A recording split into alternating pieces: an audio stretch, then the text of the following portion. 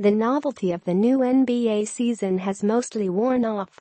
The Cavs are more or less a mess. The Thunder are going to need time to figure out how to incorporate Carmelo Anthony and Paul George. The Warriors are great when they're not bored. And the Rockets are absolutely blitzing opponents despite their biggest off-season acquisition still on the sidelines. Houston is currently second in the league in offensive efficiency, trailing only Golden State. Houston's explosive attack reached new heights Sunday night when James Harden went off for a career-high 56 points in 35 minutes against the Jazz, shooting 19 of 25 from the field and 7 of 8 from deep. Harden can't go off like that every night, but his performance against Utah encapsulated what makes him such a devastating force. At this point, Harden has completely mastered the pick and roll.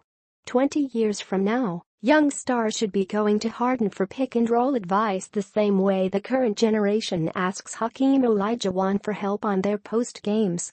For starters, Harden can make any pass to any player from any angle from any spot on the court. Lobs, over-the-head darts, and cross-court strikes are all part of Harden's arsenal. The fact that he's a willing passer in addition to his immense scoring ability makes him an absolute nightmare to defend. Harden had 13 assists to go with his 56 points against Utah, accounting for 91 total points. He was also unstoppable as a scorer, as evidenced by Sunday's barrage. Harden embarrassed bigs on switches, abusing slower defenders until he found easy baskets. He hit step-back threes with the casual flair of a warm-up layup line. He knifed into the paint, either blowing by the defense for layups or creating space for open jumpers near the free throw line. It was a complete performance, and anytime Harden had a hint of breathing room, he used it to his advantage. The Jazz threw everyone at Harden, and it didn't matter who stood between him and the basket. All of this has come with Houston's new superstar point guard, Chris Paul, on the sidelines as he deals with a knee problem. One consequence of Paul's injury has been the Rockets foregoing a traditional starting point guard.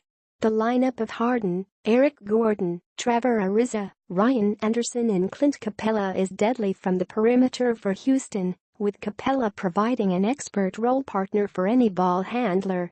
Of course, Harden has the ball in his hands to initiate every possession, and there's nowhere for the defense to hide. The Jazz tried to guard Harden with Ricky Rubio for parts of Sunday's game, and Rubio was ill-equipped to slow down one of the game's best scorers.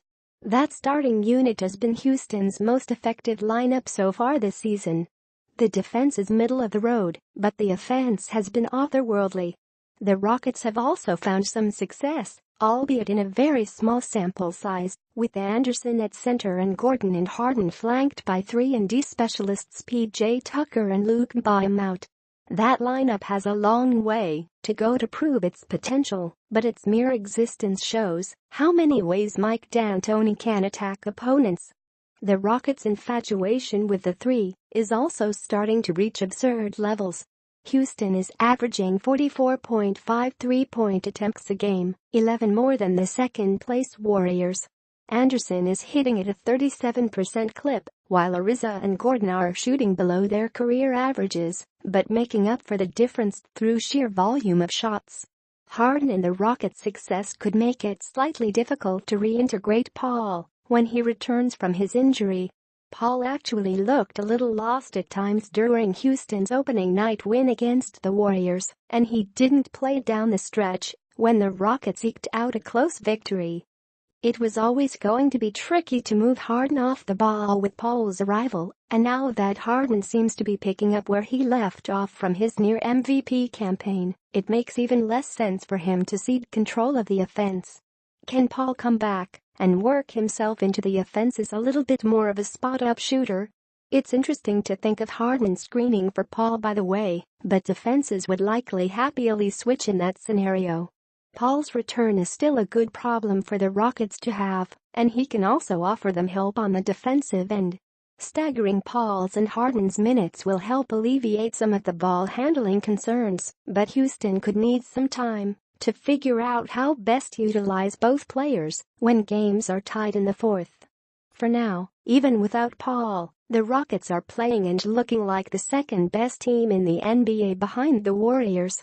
How well the Rockets work Paul into a team that's already thriving will ultimately determine how much of the gap they can close.